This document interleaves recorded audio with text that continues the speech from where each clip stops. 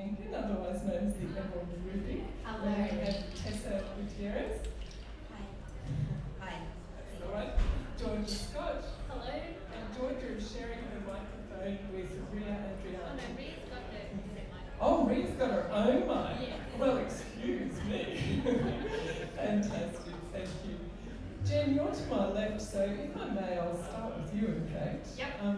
You are holding in your hand a wonderful little example, a tactile exhibition, I think we called it, a tactile exhibit of what Ria was standing on during your piece. And there's a couple of them passing around the audience at the moment. And if somebody wants to grab this, then we can do that. Continue it passing around. So Jen, I know you as a composer often of chamber music, so obviously I thoroughly approve. What was new for you with this work that you were challenged with for this evening's performance? Yeah, so there were multiple levels of challenge. The biggest challenge, I would say, is conceptualizing how a non-linear piece works and then executing it and communicating it in a way that people other than me who do not live in my brain understand. And when you say non-linear, what does that actually mean? So, for sighted people, you would have seen that there are 9 textured tiles on the floor. And although Ria chose a pathway for this performance, Ria could have started at any of the outer tiles, and she could have stepped through texture map any way except diagonally, because when I did the calculations on how much music was needed for diagonals, I thought no. So just left, right, up and down. So this work, trying to put a time on it, because when you're asked, how long does your piece go for? I literally have no idea. That was all up to Ria, who could, again, step through it anyway and also stay on any tile for however long. So this, I can see that presented a couple of challenges. Yes. So is there something from that that might affect other pieces that you create in the future? What did you learn about this one? Absolutely. So there's a really interesting way that things are layered. There is one person holding down the almost like the metronome of each texture, and then different layers on top. There is unison layers, there was the vocal layer, which is very unique to just Ria, and then there were alternative parts that could come in and out as needed. And something that I thought deeply about before writing the work, and then I always come back to this, is how powerful a unison can be. It's something that I was very struck by. I also have now become obsessed with the idea of creating spaces for music to, like, the space is part of the music, because that is very much the way texture map works. There is a space, and the music kind of doesn't make sense without it. Yeah, that's a really beautiful way of thinking of it. Thank you. Because so often we think of music as just this kind of, not quite 2D, but you know, it's an ephemeral thing. You can just listen, for example, and not have these other senses. Beginning and an end. Yeah, that's beautiful. I'm now going to ask a completely different style of question to Tessa, if I may. So, what I would really like to know, Tessa, is how do you rate Elias's skill on the tubular bell? He's here. It's right over there. Outstanding. Well done, Elias. Resonating. Fantastic. And so, can you tell us a little bit about the type of percussion? Have you done a lot of work with composers before? Sort of, but never with, for example, pieces that are non-linear.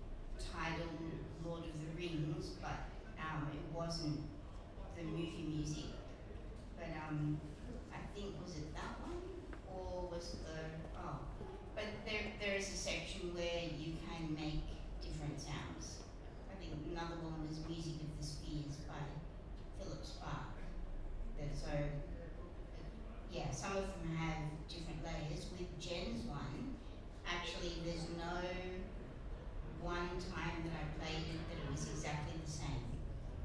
Yes, yeah, Yes, because yeah, I think Jen that seems was very pleased, yeah. yeah, that was her intention. You know, if you feel like playing it, play it. So I just went with what the ensemble was doing, and I played what I thought fit for that moment. And it was very much like the Monday Club when they played, yeah, So because that's that was improvisatory quality. a lot of improvisation, and I think that's what made the work so outstanding. That's fantastic. I love it when you can feel there's a bit of a stretch for a performer and what they're doing, and the intensity with which you're all listening to each other was really apparent. So, yeah. Thanks. What was the most fun bit? I have a gliss. Glissando, whereas yep, I think it goes from, was it stone or sponge? Yeah, is Going it into sponge? sponge. Yeah, Was it sand in the sponge? sand into sponge. Yeah, sand in the Yeah. sponge. So Yeah, this at least, that was like, every time I saw that I went, yes. So this is a lesson for the composers in the room. I think that, you know, it always goes really well when you give performers what they like to do. And actually the next question goes to a composer, Georgia. So congratulations on this evening. Again, this I feel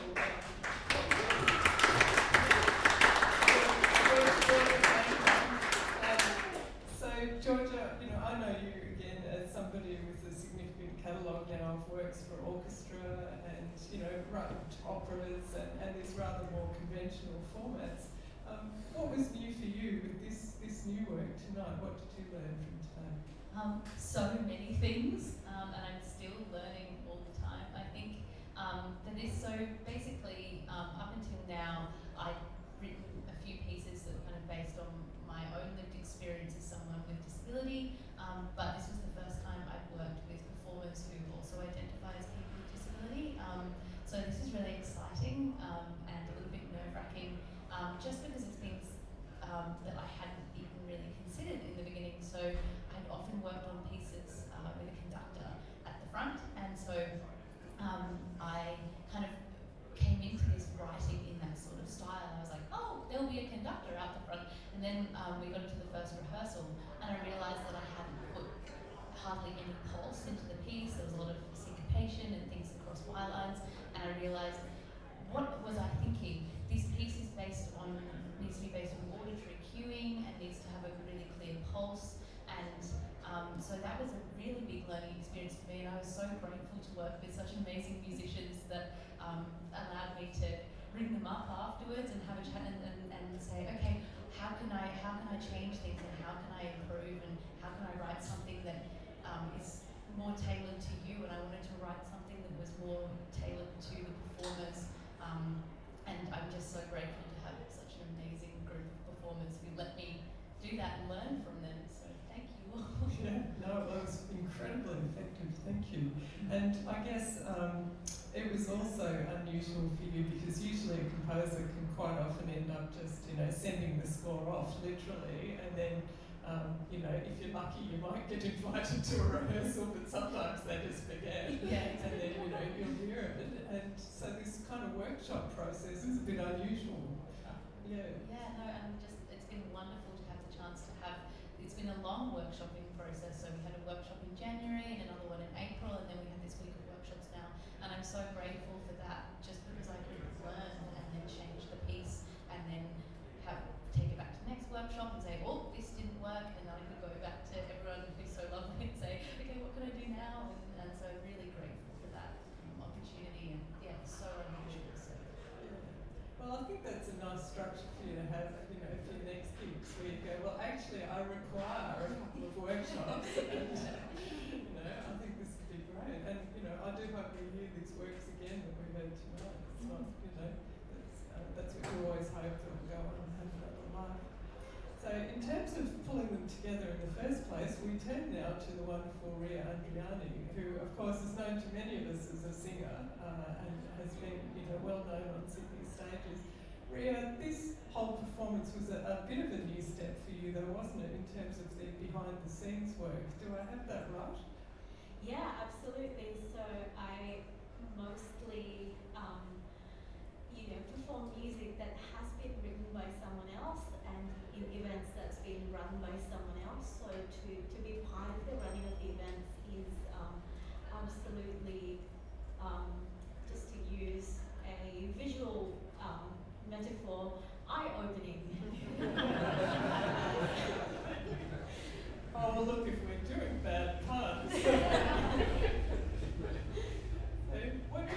what will you take away for your next creative adventures? Yeah, I'm still in that space where, I'm quite struck by, oh my goodness, I had this idea and it works.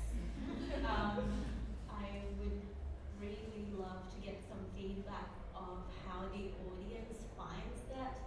As a performer, I find the support which has been given to me and to all the other artists in this group has been immensely helpful. This is a space where, as you may know, disabilities have different challenges and each of us require a different support and also support structure, and to be able to pull that together has been incredibly challenging for all the people around us. So thank you so much for making it possible, but also know that all those supports have made such a difference.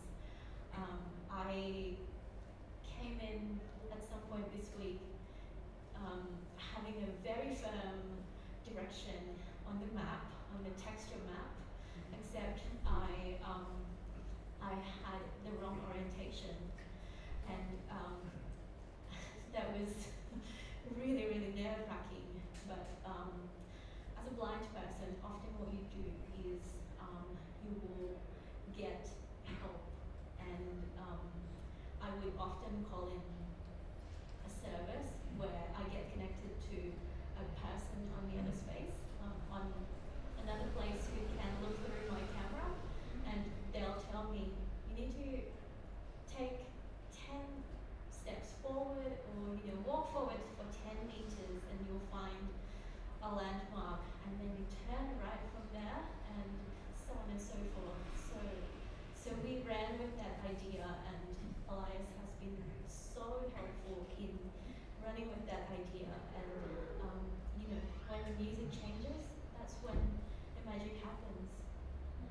Well, it was beautifully effective, and this kind of lovely sense for those of us who've been to lots of concerts. A real sense that this was not like any concert we've been to before.